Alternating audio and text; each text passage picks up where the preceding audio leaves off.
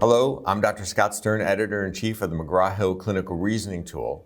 And what I'd like to do is to walk you through this tool relatively briefly so you get an idea about what its potential capabilities are.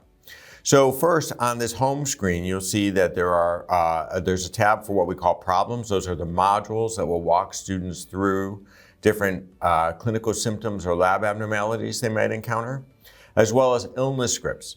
Now, these illness scripts is a collection currently of approximately 200 and soon to be about 600 disease descriptions. And what's really wonderful about these is these are actually targeted specifically towards students in their later clinical years, as well as residents and interns, rather than at the fellow level. So we've curated them to have the type of content that we think that learners at this level need. It's also very evidence-based, and I'll walk you through that, but we have a lot of data on how accurate are the signs and the symptoms and the labs, which separates this from a lot of other content that's available.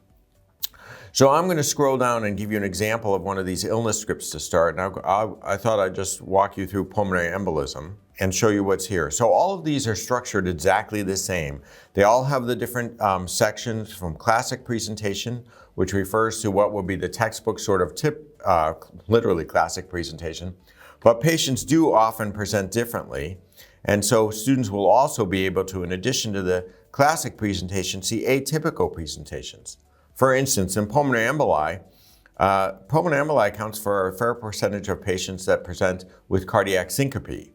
And so that's useful for students to know what are the other atypical and less common presentations of these diseases. We've also bulleted out a fair amount of the pathophysiology of the disease for the learners that are interested in that, the frequency, the etiology and the risk factors for these different diseases. That's very important because obviously a student will need to know, or a resident will need to know, what are the risk factors that would make that particular disease more likely or less likely if they're not present. They can also look at the symptoms, and one of the things I'd like to emphasize is, of course, symptoms are just what they sound like, what patients complain of, but you can also see here that we have the data on the accuracy. How sensitive is that particular symptom? How specific? What's the likelihood ratio if the finding is there, the positive likelihood ratio? And what happens to the likelihood ratio if it's not there, the negative likelihood ratio? They can also go ahead and see the signs, which are, of course, the physical findings on the examination, with the same sort of accuracy data that, again, I think helps to empower decision making. If we were to scroll down further, they could see the time course, the workup, and the workup is really meant to also has the data about the accuracy of the different scans. They can learn about the old-fashioned VQ scan, but more likely the CT angiogram and the D-dimer testing, as well as the Wells score. So it gives them a diagnostic strategy for evaluating patients with suspected pulmonary embolism. A word on the fundamentals of management. So we have really aimed this towards the very top level of what a student might need to know in principles for management, not the nitty-gritty details of what doses, of which medications to use, because we feel there's actually a lot of very good data out there already, and there was not a need to replicate that. And students often find that much detail, frankly, overwhelming in any case. So the principles of therapy are as useful to them as the details in this particular tool. And finally, pearls and pitfalls. So pearls and pitfalls refer to those types of things that a physician might say to you that he's learned over time that you often don't find in a textbook, and that might be useful to you. So like if you look under pitfalls there, one of the pitfalls is not considering PE as a cause of syncope in a patient who presents with new onset atrial fibrillation. It's actually not the atrial fibrillation that causes them to pass out. It was the PE that caused the atrial fibrillation that caused them to pass out. So we think these sorts of information will be useful for our students. It's there for them for what will be all of 600 diseases. If we move on to the problems, the heart of the product is, of course, the problem modules. And these problem modules are going to cover basically all of the complaints and common lab abnormalities that we see in adult patients. I'm going to open one up, transient loss of consciousness, and walk you through them. They're all, again, structured the same way. So if you go to this home page for transient loss of consciousness, you'll see several tabs that can be opened, and you'll see several images. So those images aren't anything in particular. They're meant to pique a student's curiosity about transient loss of consciousness. So let's turn to the heart of this. So there are students like to see what are the emergent and must not miss diagnoses, and so they can click on that and get a full listing of the emergent and must not miss diagnoses. They could also see the full differential diagnosis if they wanted, and that's broken down into an accordion so that they can open and expand the different categories of the differential diagnosis. So they could open non-syncope if they wanted, or they could open cardiac syncope if they wanted.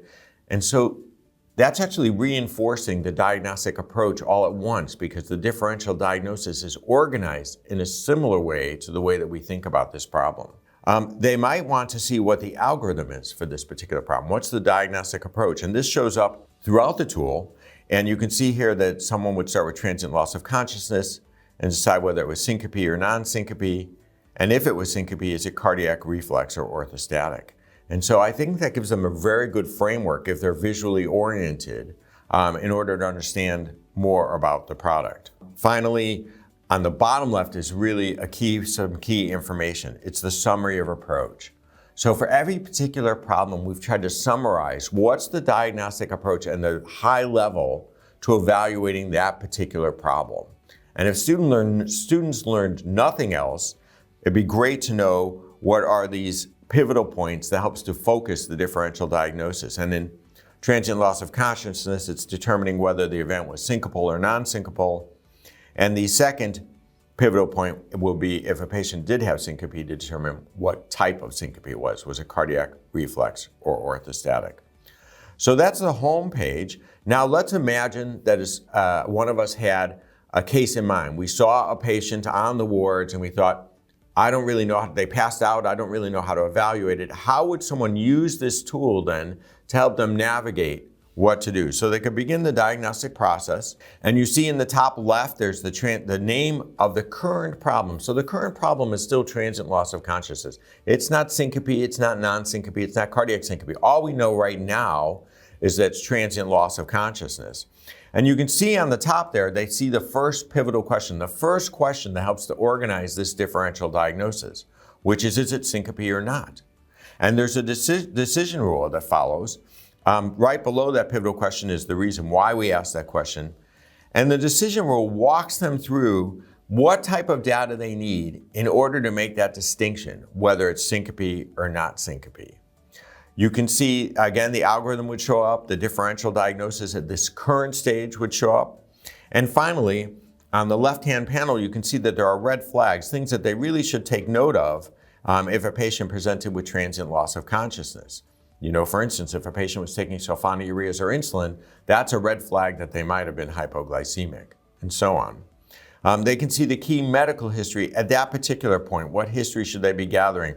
What's the key physical? What are the key diagnostics in a patient who presents with transient loss of consciousness? I want to emphasize that those key diagnostics are going to evolve and change because depending on what part of the algorithm you're in, different tests are appropriate or inappropriate. So that evolves as the story evolves. And finally, clinical pearls. So just to illustrate this, I'm going to pretend I saw a patient who was, let's say, in her 60s, who was walking along and suddenly lost consciousness. How would I know how to navigate this? So it says that the decision rule, the first decision rule is I have to determine if she has syncope or not. And in order to say it was syncope, all three must be present. It has to be sudden in onset, brief in duration, and a rapid recovery to normal consciousness. So I could turn and ask that patient that if I hadn't. And if I found out that she was walking along and suddenly passed out, it would be sudden, and she woke up pretty quickly because her husband was still calling 911, and she didn't need anything to wake up like glucose or Narcan, I could say, okay, this is syncope, and now I know that. And now I could go on and say, I can refine this problem and click on syncope, and say, let's see what I do now when a patient has had syncope. So now look at what's happened. The top left, the problem has been redefined. Now the problem is syncope. And the pivotal question in this group of patients is now, what type of syncope is this? Is this cardiac syncope, orthostatic syncope, or reflex syncope? Notice that the differential diagnosis has now become focused. There's 11 possibilities instead of 18. Why? Because non-syncope is no longer on the list. So we've narrowed that differential diagnosis. We could look at where we are in the algorithm and we can say, okay, now we're on syncope. And now we're going to have to figure out if it's cardiac, reflex, or orthostatic. So what's the decision rule at this point? Well, I could look to see if there was cardiac syncope by looking for symptoms or signs, as well as whether or not there were other indicators of cardiac syncope, such as syncope during exertion, a personal history of cardiac disease, and so on. Features that might suggest orthostatic syncope, including someone who just stood up and passed out, or a patient who on physical exam has profound orthostatic hypotension. Those things would suggest orthostatic syncope, or findings that would suggest reflex syncope. Most reflex syncope is due to vasovagal syncope and has a very characteristic syndrome. So I could go back and ask our patient about that, our 62-year-old lady, and what she told me was that she was walking along, suddenly felt short of breath, couldn't breathe, and passed out.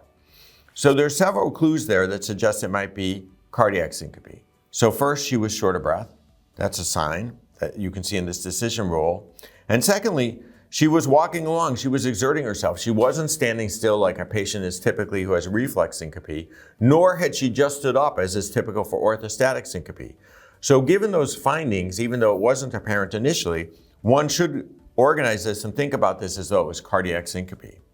So I'm going to click on cardiac syncope and say continue. Once I do that, now I'm on my final groups of possible differential diagnosis. So if I was to look on the algorithm where I am, I'm now down into cardiac syncope, and now I can focus on the differential diagnosis of those remaining possible diseases. So how do we do that in real life? In real life, we think about the differential diagnosis in this left-hand column, and then we think about the risk factors, symptoms, or signs for any one of those diseases. The more risk factors, symptoms, and signs they have of any one of those diseases, the more likely it is that that's the disease in question. So for aortic stenosis, one of the key findings is, of course, a loud murmur at the right upper sternal border, which she did not have on exam. If we scroll down, hypertrophic cardiomyopathy is often when people are exerting themselves, but they too often have a murmur that changes with maneuvers. What about pulmonary embolism? She did say she was short of breath, which is listed here. And when we went over her past medical history, it turns out she was on estrogen replacement therapy for postmenopausal symptoms. Finally, immobilization is a risk factor for pulmonary embolism. And when she was asked about that, she said she hadn't been immobilized, but she had recently flown from Germany. So she'd had a long international trip, which is essentially a form of immobilization. So now she's got multiple risk factors for pulmonary embolism: immobilization, estrogen therapy. She has shortness of breath. So pulmonary embolism has suddenly moved very high on her differential, and we could click on the workup and see what it might be. And when we did this, we saw that we could do a D-dimer or a CT angiogram, and it turned out the D-dimer was positive and her CT angiogram was positive, and she was diagnosed with a pulmonary embolism. At the very end of this process, students can go to next steps, which will tell them when you have someone who has that particular problem, remember our problem now is cardiac syncope, because that's what we've defined. What are the next steps when we evaluate a patient with cardiac syncope? So those patients should usually be admitted. Some of the key tests are there. They can review their completed path of how they got to cardiac syncope and take it from there. So I hope you find that useful and will enjoy using the tool.